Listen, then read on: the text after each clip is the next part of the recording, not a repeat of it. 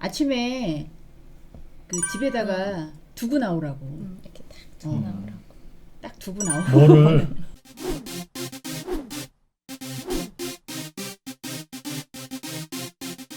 그래서 맞아요. 그런 얘기를 드리고 싶은 게 너무 쉽게 생각하시는 것 같아요. 모든 부분에 있어서 자격증을 어렵게 땄듯이 중개업을 시작하는 것도 어려울 건데 너무 쉽게 생각하셨던 부분이 있고, 또 한편으로는 뭐 현실적으로 저한테 상담 오시는 분들한테는 이런 말씀도 그냥 던져요.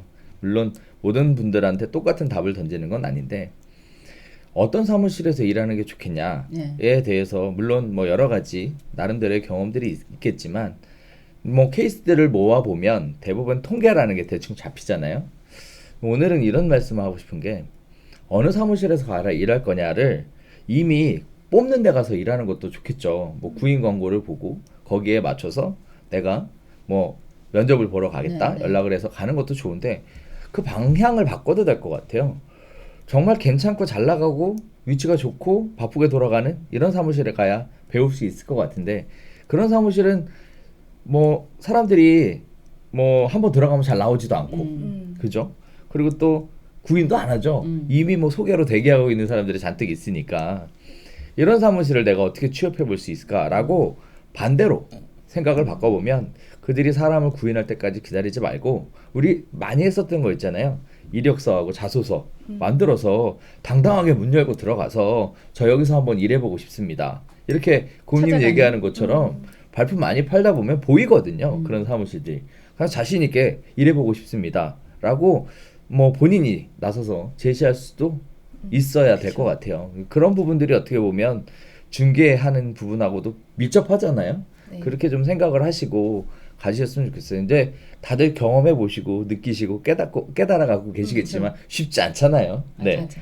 네. 지금 이 얘기가 다 경험에서 오는 딜레마에 관한 얘기였어요. 근데 실제로 자격증 취득하고 가장 많이 부딪히는 게 저는 사실 돈의 딜레마라고 생각합니다. 왜냐하면 중개사무소 차리면 다 돈 엄청 많이 벌 것 같은, 요즘 부동산 다 돈 엄청 많이 번다며 이렇게 생각하시겠지만 막상 오픈하시면 쉽지 않을 거거든요. 그래서 또 처음 창업하시는 분들 같은 경우는 내가 생각했던 금액의 수입이 안 되는 거예요. 그러니까 이걸 접어 말아? 이걸 계속 해야 돼? 이런 생각도 많이 하실 것 같은데 그런 분들에게 혹시 따로 조언해 주실 수 있는 건 없을까요? 일단 저도 그런 비슷한 고민을 했었어요. 처음에 이제 잠실에 오픈했을 때 제가 힘들어하니까 주변의 분들이 그러더라고요. 남들은 돈 다 잘 번다는데 너만 왜 그러냐? 라는 얘기를 하시더라고요. 그때는 시장이 좋았으니까. 네, 시장 좋았을 때거든요. 지금 생각해 보면 그 사람들은 준비가 됐으니까 벌 수 있는 기회가 생긴 거고, 준비가 안 된 사람은 그 기회가 와도 잡을 수 없다라는 걸 그때는 느끼지 못했었던 것 같아요. 그래서 그런 부분들, 그 다음에 또 하나가 있었는데 까먹었다. 네. 그 돈의 딜레마 하면 일단은 왜 요새도 광고가 과장 광고 뭐 이런 것도 있잖아요. 네. 그러니까 그 홈쇼핑이나 이런 데서 보면은 공인중개사 자격증만 따면 하나에 뭐 한 아파트 한 채 10억이니까 계산 두들겨서 하면 아, 맞아, 봤어 나도 그렇죠, 그거. 그렇죠. 와. 그러면 그거를 보고 계시는 분들은 다 그렇게 그래 네, 한 벌 달에 수 한 있을 건만 거라고. 하면 월세 내고 충분히 되겠지 이렇게 생각해서 시작하시는 분들도 계시잖아요. 그거 찍은 놈은 누구요? 홈쇼핑이요. 홈쇼핑. 네.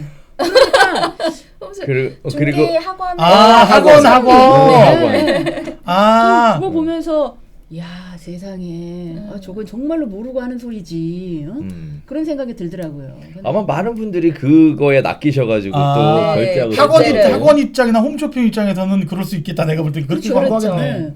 그런데 아, 그렇지만 현실은 그게 아니라는 거죠. 학원 이렇게 그 홈쇼핑에서 중개 학원 수강권을 파는데 아파트 거래하면 복비가 얼마니? 그렇죠. 끊으세요. 기회입니다, 미국구나. 곱하기 뭐 한 달에 한 건, 두 건 이렇게 하면 벌써 그게 얼마다 이렇게 해가지고 전세 몇 건, 매매 한 건 이런 식으로 그런 사람들도 있을 수 있겠지. 그런 사람 그렇죠. 분들도 많으실 거예요. 있을 수 있지. 그거. 근데 현실은 한 달에 한 건 계약을 못 하는 경우도 많고 못 하시는 분들도 되게 많고요. 네. 그다음에 했다가 깨져가지고 기대가 갑자기 와르르 무너지는 경우도 있고. 그래서 이게 그런 과정을 잘 극복을 해야 돼요. 작년 데이터가 제이님 뭐 중개사분들 개공들 60%가 200만 원대 번다며요. 네. 네. 60%가 200만 원 이하. 그러니까 10만 6천 명 정도 되나 아마 그런데 60%가 6만 명에다가 7만 2천 명이 200만 원 밑으로 번다는 얘기 아니야. 맞아요. 와. 네. 근데 기사에는 그런 내용이 아예 없죠. 기사들은 항상 공인중개사들이 돈을 많이 버니까 수수료를 낮춰야 된다. 뭐 요즘에 뭐 수수료 안 받고 하는 것들도 있다. 이런 것만 기사가 많이 나고 하니까 사람들의 인식에서는 아 공인중개사 진짜 돈 잘 버네 이렇게밖에 될 수 없을 것 같아요. 뭘 모르고 진짜 네, 모르고 정말 하는 소리. 모르시는 그렇게 뭐 네. 모르고 네. 뛰어들어갔다가 가장 고생하신 케이스가 헬리오시티 아파트. 아. 네, 거긴 것 같아요. 얼마 전에 몇 달 전에 기사 나왔죠. 1억씩 손해 봤다. 아, 그런 부분들 보면 이렇게 철저하게 준비하지 않고 뭔가 누군가가 된다니까 나도 될 거다. 네. 라는 생각으로 접근하는 것이 얼마나 위험천만한 일인가 라는 그쵸. 것을 반증적으로 보여줄 수 있는 부분인 것 같아요. 다른 직업에 비해서 다른 자영업에 비해서 부동산이 사실은 초도 비용이 많이 들어가진 않는데 그렇죠. 그런데 단지 내 상가 이런 데 같은 경우에 벌써 월세가 200만 원이 훅 넘어가요. 300, 250, 300 이 정도인데 네.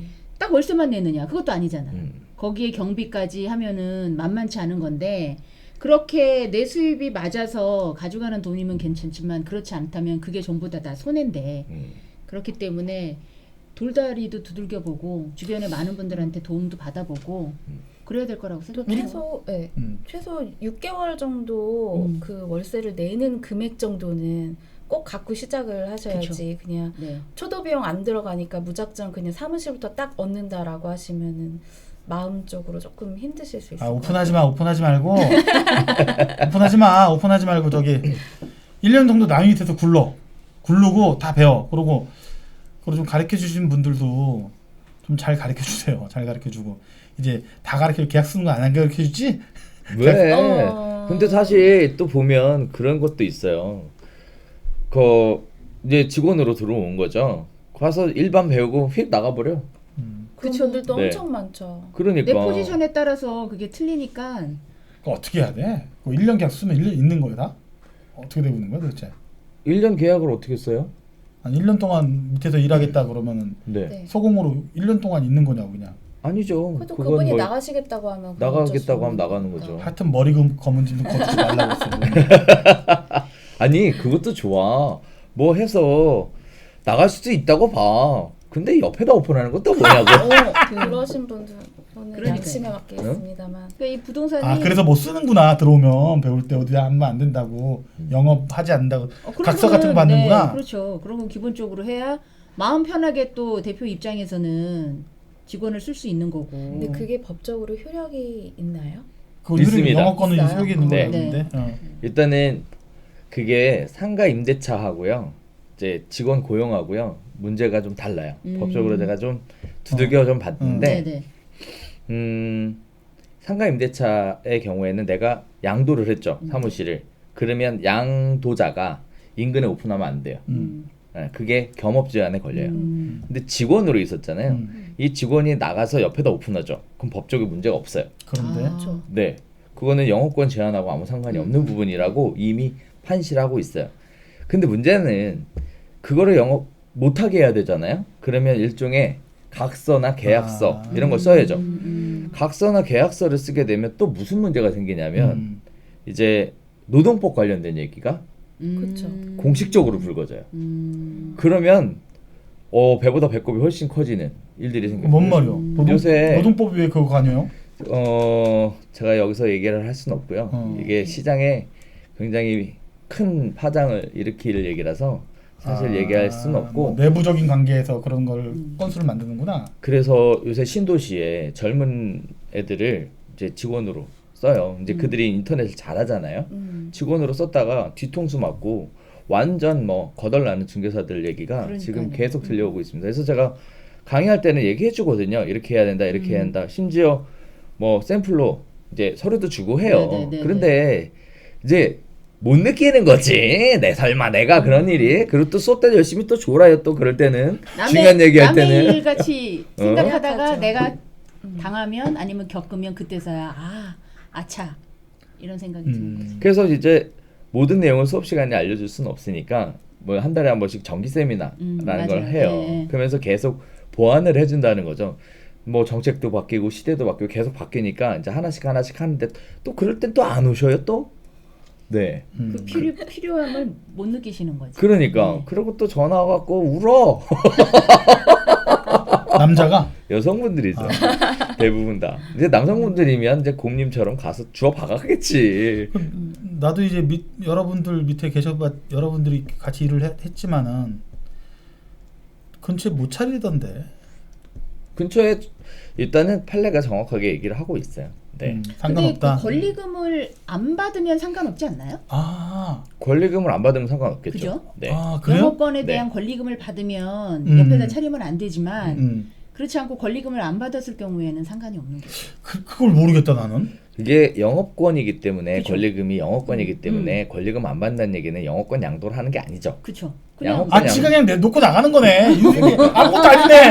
그렇죠. 아 지가 그냥 뽀쫄딱하게 나가는 걸 뭐로 갈 거요. 그거는 상관없는데 대부분은 어쨌든 아. 영업 권리금으로 얼마를 뭐 받으니까. 에이씨 양아치냐? 또 권리금 받고 옆에 차리고 아유, 쓰레기들이지. 씨. 그런 사람이 많습니다. 생각보다 대표적인 많아요. 케이스가 이거예요. 본인이 사무실을 양도를 해요. 그리고 자기는 와이프 밑에 소공으로 가는 거예요. 아, 네. 잘했다. 천년 맞는 돈 벌고 사겠네. 왜 날 그렇게 그런 눈빛으로 쳐다봐? 내가 그럴 것도 아닌데. 아이고. 그래서 그런 부분들이 참 그런 것 같아요. 심지어는 공인중개사 합격자 모임에서 그래도 된다. 는 얘기를 공공연하게 하더라고요. 그런 얘기를 실무 교육하면 얘기를 해요. 적어도 그러지 않아야 되지 않냐라고 얘기하면 그래 법적으로 문제가 없는데 왜 안 된다고 합니까 교수님은? 이라고 얘기하니까 이제 개공 입장에서는 인간이 법이 나기 전에 윤리가 먼저 났지. 그러니까. 윤리. 아이고 잘했다. 그러니까 그렇기 때문에 멘탈이 붕괴되는 경우가 생기는 거고 그거를 잘 극복해야 되는 거고. 근데 맞아요. 그게 단순하게 그냥 양도자와 양수자의 문제가 아니고 직원과의 문제가 있을 수도 있고 그다음에 같은 거래처 같은 거래처끼리 또 문제가 생길 수도 있고 그걸 어떻게 멘탈을 잘 극복해야 될지 그 방법을 사실은 일단 필요할 한번 것 걷고 같아요. 일단 한번 걷고 네. 그러면 하루에 기본 1000보씩은 걸으시겠네요? 아니지. 10만 보? 3시간 5만 보? 걸으신다고 했어요. 한 아, 2만 그러면- 보에서 3만 보. 난 딜레마 없어. 왜 날 걸으라고 그래? 아 그러니까 딜레마 없이 멘탈 없이 그냥 걸으시는 거예요? 아니 그냥 가도 꽂는 거지. 아니 지금 아니, 그렇게 살을- 힘든 살을 사람. 좀 빼시려고? 왜 나한테 몰아가는 거야 상황을?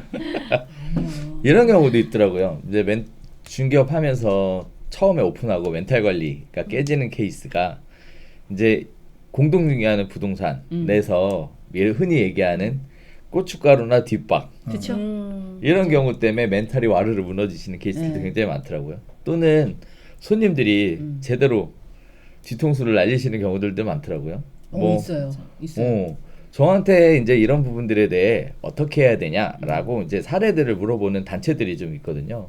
단체들의 얘기를 들어보면 진짜 어이없는 일이 무궁무진해요. 대표적으로 그래서 제가 유튜브에다가 공동중개하는 방법에 대해서 올려놓은 게 있어요. 네네네. 이제 많은 분들이 보시고 어떤 분들은 그거를 얘기 안 했는데 자기 그 중개업 하시는 지역에다가 우리 이렇게 합시다.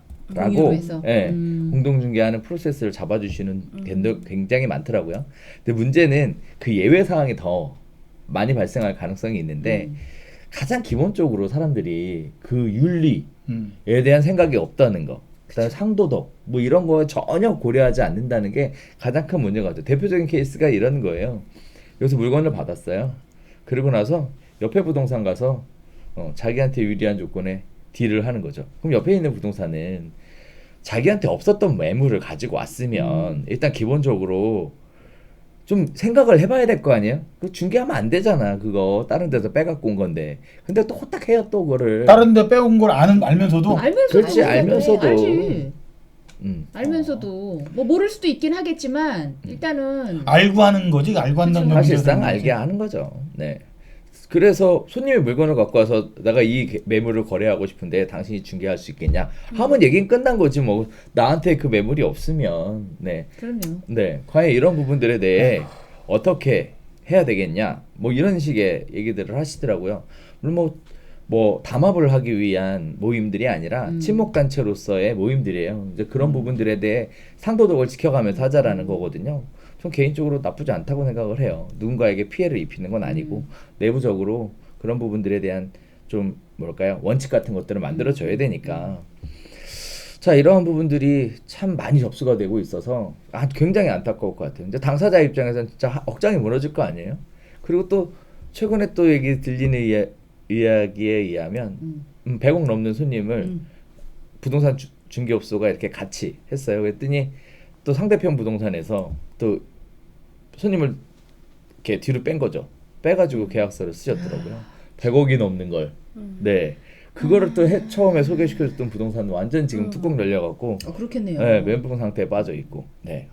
참 멘탈 관리가 쉽지 않은 것 같습니다. 이 업종이 좀 그런 것 같아요. 이 업종이 그런 것 같아요. 이 업종이 그 제이님이 예전에 강의하셨던 내용 중에 일부분에 아침에 그 집에다가 두고 나오라고.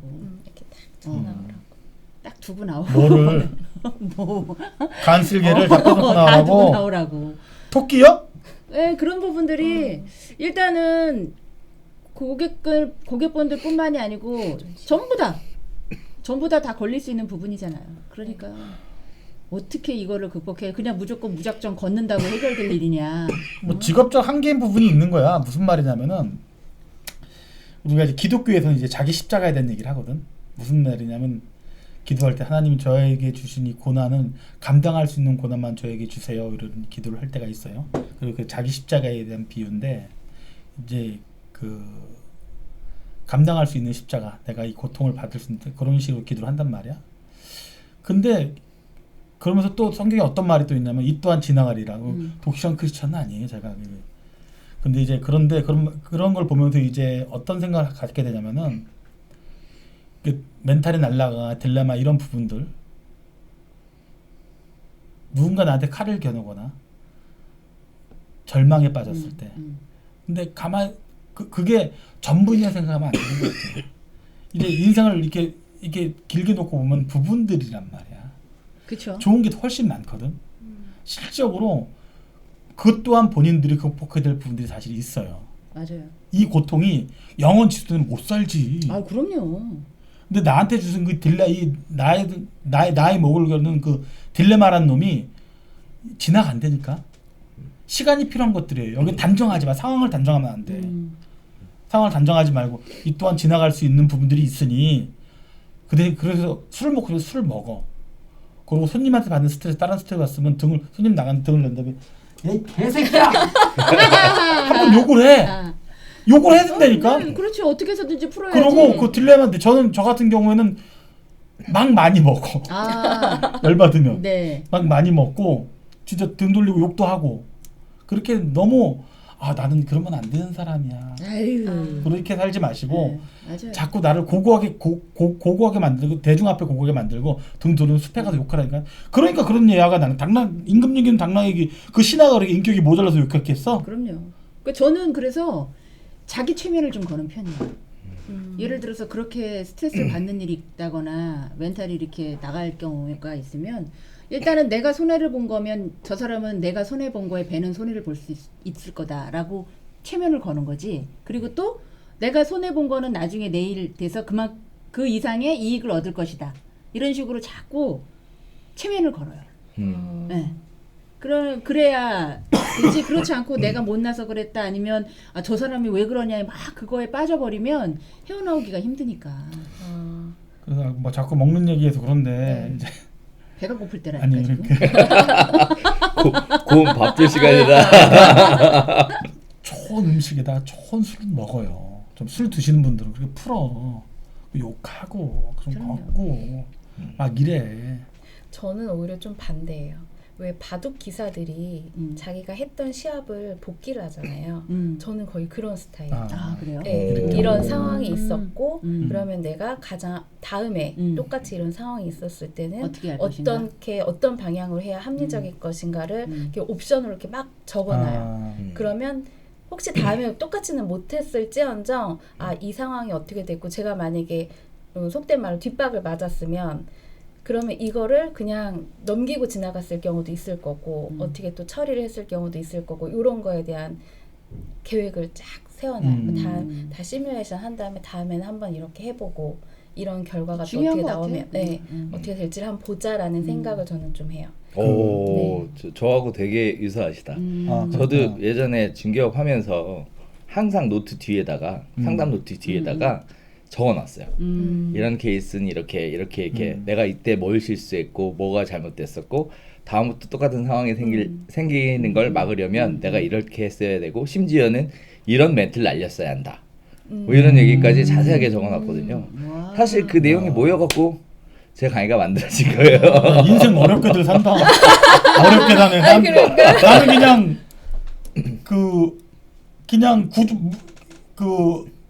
그냥 오늘에 뜬 태양이랑 내일에 뜬 태양이 다르다고 생각해요. 내 스타일은. 사실은 똑같지 않은 거지. 난 다르다고 생각해. 그렇기 때문에 오늘은 오늘로 접는 거예요. 그러나 아침에 눈 뜨면 또 다른 태양이 뜬 거지. 거기 또 그걸 맞이하며 생활하는 거야. 난 그런 스타일에 막 적고, 나 스티커 기억하겠다는 얘기 아니야. 암시하고 기억하고 애우겠다는 거 아니야. 그 고통을 난 못해. 요새 저희 다 어렵잖아요. 손님도 없고 일도 잘 안 되고. 그래서 요새는 저는 조금 내가 그 에너지를 가지고 해야 되는데 안 될 경우엔 저는 이제 스타일 자체가 조금 무너지면 확 무너지는 스타일이거든요. 그러니까 그거를 잡기 위해서 요새는 조금 무너질 것 같다 그러면 좀 달리는 편이에요. 그래서 달리기를 한다고. 마라톤을 하기 때문에 저녁에 퇴근하고 가서 아파트 단지를 한 10바퀴 뛰면 한 5km 정도 되거든요. 달려요, 밤에. 그러면 달리면서 내가 막 스트레스 받았던 것도 토해낼 수도 있고 그다음에 이제 또 내 스스로 다른 거를 또 할 수 있는 에너지도 느낄 수 있고 그래서 가볍잖아요. 요즘에 달리기가 엄청난 인기예요. 네, 그래서 네. 그렇게 나만의 뭔가 그 스트레스를 푸는 거를 체득을 해야지. 그렇게 해서 그거를 가지고 계속 나가야지만 내일의 자신감을 가지고 일을 하지. 그냥 계속 거기서 주저앉게 되면은 아무것도 안 되잖아요. 그러니까 곰님은 걸으시고 네. 우리 저는 뛰고. 네. 저는 접고 전 외우네 그러면. 그러니까 그런 거지 이게 아까 그런 거야지. 내가 감당할 수 없는 고통은 아닌 것 같아. 안 힘들겠어? 그쵸. 아니 우리 어렸을 때 어른들은 야 이놈아 망우리 공동묘지 가봐 이유 없는 무덤 있나? 다 이유가 있는 거야. 다 자기 고통들이 다 존재해. 네. 물론 거기에 상응하는 거기에 상응하는 자기에 걸맞는 행복이 또 존재한다는 거야. 맞아. 고통만 존재하면 우리가 살 수 있겠어? 고통 그 다음 저 너머에는 행복이란 놈이 나를 기다리고 있잖아. 그 생각을 하고 살아야지. 왜 자꾸 인간은 망각의 동물이라고 그러잖아요. 그럼 그러니까 막 적지 외우지 마. 힘들어. 아니 그래서 적고 외우고 실천하고 그게 중요하죠. 그래서 네.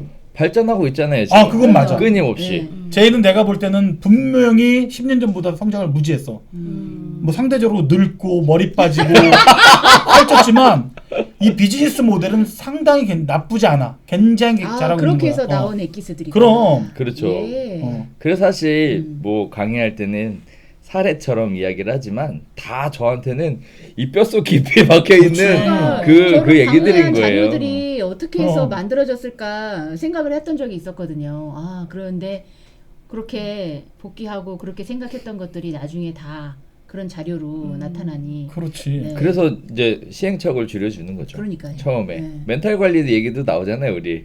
그 빼놓고 나와라. 네. 그래서 오늘은 공인중개사 자격증을 취득하고 나서 소공이든 개공이든 겪으실 수 있는 딜레마와 멘탈 관리법에 대해서 말씀을 드렸습니다. 하지만 저희가 제가 오늘은 한 번도 얘기하지 않았던 말씀을 드리고 싶어요. 여태까지 저희가 이 채널에서 네오비 TV에서 방송을 하면서 한 번도 말씀을 드리지 않았지만 오늘 주제를 들으면서 한번 고려하실 만한 부분이 있어서 이곳은 중개실무사관학교 네오비 아카데미입니다. 거기에서 강의하시는 조영주 교수님이시고요. 그래서 혹시나 그런 딜레마에 빠지신 분들 아니면 그런 딜레마를 방지하고 싶으셔서 교육기관을 알아보실 때는 네오비도 한번 고려해 보시는 걸 저는 추천드려 보겠습니다. 좋은데. 네. 저도 마찬가지입니다. 네. 이야. 그러면 오늘 방송은 이것으로 마치고요. 다음 시간에 또 만나요. 다음 시간 알림 꾹, 구독 꾹, 좋아요 꾹꾹. 꾹꾹. 우!